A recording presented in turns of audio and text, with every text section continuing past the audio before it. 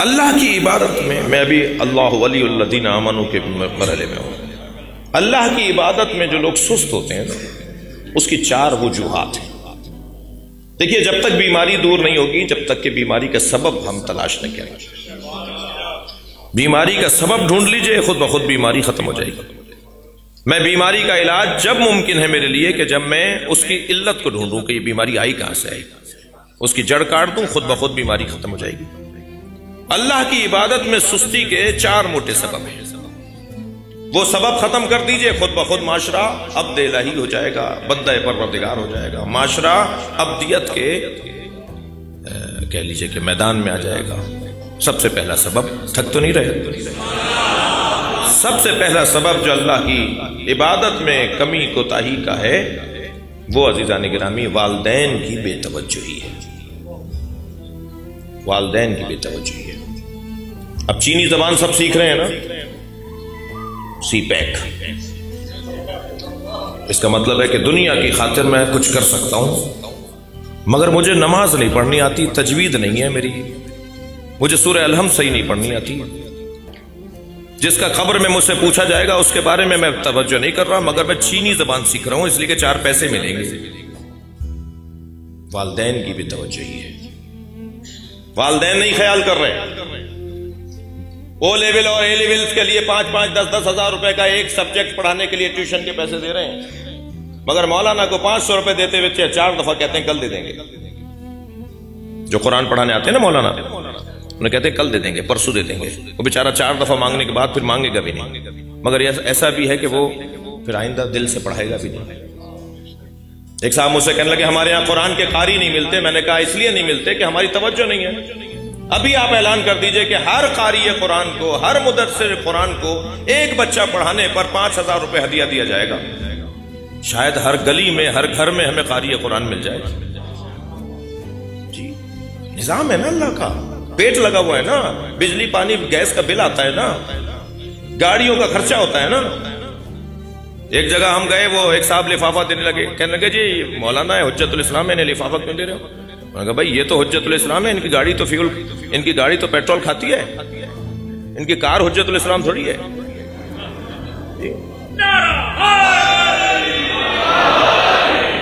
قرآن پڑھانے والوں کا حال دیکھ لیجئے آپ، بیچارے ملیں گے کیوں ملیں گے وہ، جب ان کو ہم کچھ دے نہیں رہے. والدین کی بے توجہی ہے. عزیزو کچھ تلخ باتیں اگر لگ رہی ہوں تو مجھے کچھ دیر کو معاف کر دیجیے گا. والدین کی بے توجہی ہے. والدین کی بے توجہی ہے جس کی وجہ سے اللہ کی عبادت میں کمی ہے. دوسرا سبب بتاؤں عزیزان گرامی؟ دوسرا سبب ناآگاہی اور عدم علم ہے. اللہ کی معرفت کی کمی ہے، عبادتوں کے فائدے کی کمی ہے. یعنی فائدوں کو نہیں جانتے.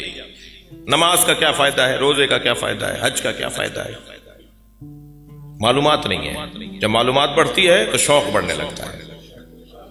دوسرا سبب اللہ کی معرفت. اگر مجھے کوئی کہنا کہ بھائی آپ ذرا اپنے چہرے کو تو دیکھیے، 4-6 کروڑ روپے کا تو چہرہ ہے، پھر تھوڑی سی بات سمجھ میں آنے لگی، اچھا اتنا مہنگا کیسے؟ ہم نے کہا جی ایک آنکھ 1 کروڑ میں بیچو گے؟ کہنا نہیں 1 کروڑ میں تو ایک آنکھ نہیں بیچوں گا. تو تمہاری آنکھ 1 کروڑ سے زیادہ مہنگی ہے نا. ناک دو گے اپنی کاٹ کے 2 کروڑوں میں؟ کہا نہیں 2 کروڑ مجھ سے لے لو، میری ناک کا پیچھا چھوڑو. جی میں اپنی ناک نہیں کٹواؤں گا 2 کروڑوں میں. تو ابھی یہ چھوٹی چھوٹی چیزیں جو ہمارے بغیر مفت میں ہمیں ملی ہوئی ہیں نا، جو بغیر کسی عوض کے اللہ نے ہمیں دے دی، یہ اتنے سے چہرے پہ 8-10 کروڑ روپے کی چیزیں لگی ہوئی ہیں. تھوڑا سا غور کریں. ایک اگر میری پلکیں یا میرے بھاؤں کے بال اگر ختم ہو جائیں اور ایک رہ جائے، میں لاکھوں روپے خرچ کر دوں گا کسی طرح یہاں بال آ جائے جو مفت میں آئے ہوئے ہیں. جی ایسا ہی ہے یا نہیں؟ تھوڑا گردن ہلائیے نا. کتنا میں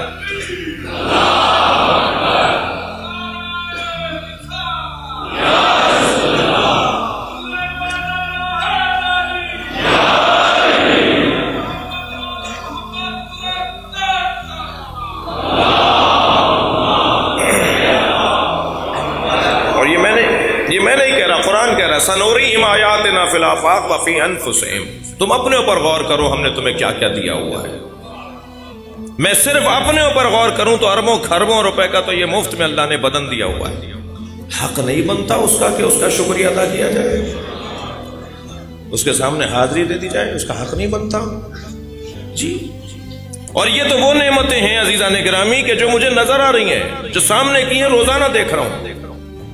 مجھے تو سب سے بڑی نعمت کی وجہ سے اللہ کا شکر ادا کرنا چاہیے، وہ نعمت عظمی الہیہ ولایت علی ہے۔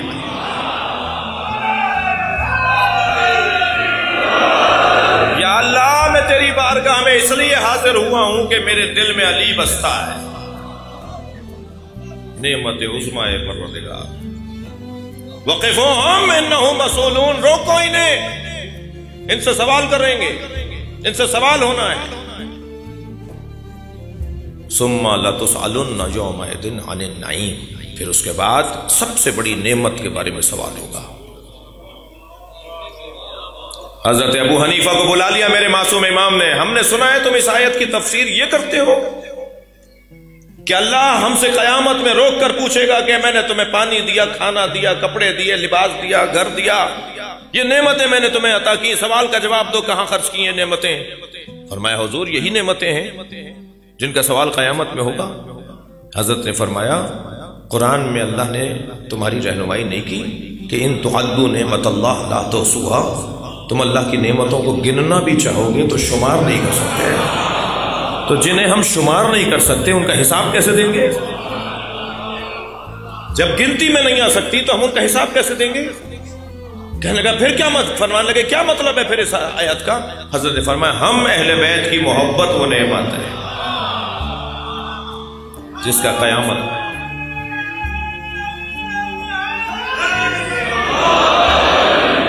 کا قیامت پہ سوال ہوگا، ہم نے تمہیں محبت اہل بیت دی، یہ سب سے بڑی نعمت ہے۔ وَاذْكُرُوا نعمت اللہ علیکم، اللہ کی ایک نعمت کو بار بار دہراؤ، وہ ایک نعمت کون سی ہے بھائی؟ یا اللہ تو خود بتا دے وہ ایک نعمت کون سی ہے؟ وہ نعمت عظمی ولایت علی ہے۔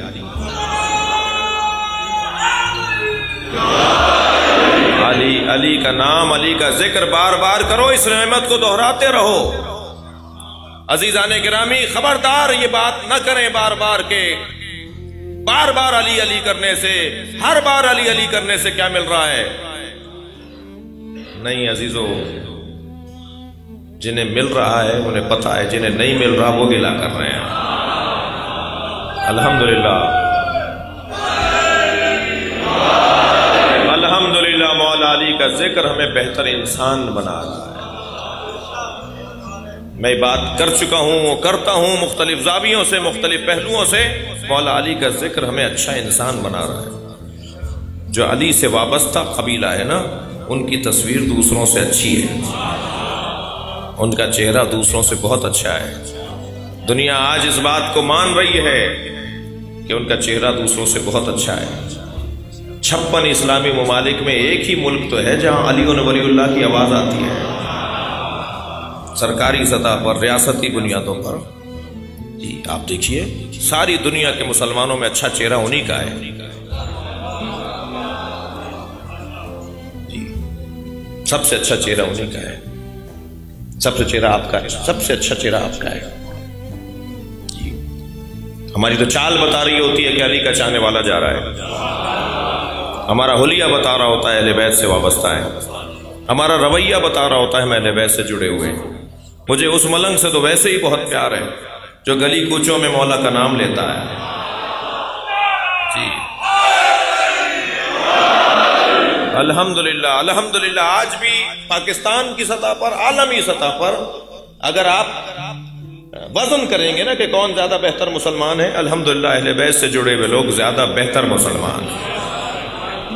اور آج یہ ہمارا یعنی غیر شیعہ برادری جو ہے وہ بھی اس بات کو مان رہی ہے، لوگ اس بات کو مانتے ہیں۔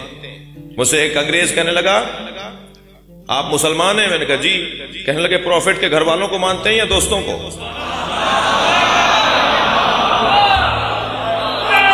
جی میں نے کہا پروفٹ کے گھر والوں، پروفٹ کے دوستوں کا احترام کرتے ہیں مگر پیروی گھر والوں کی کرتے ہیں۔ تو بے ساختہ کہنے لگا ہاں وہ جو گھر والوں کی پیروی کرتے ہیں نا وہ اچھے مسلمان ہیں۔ یہ پوری دنیا میں ہمارے بارے میں ایک رائے ہے غیر مسلموں کی۔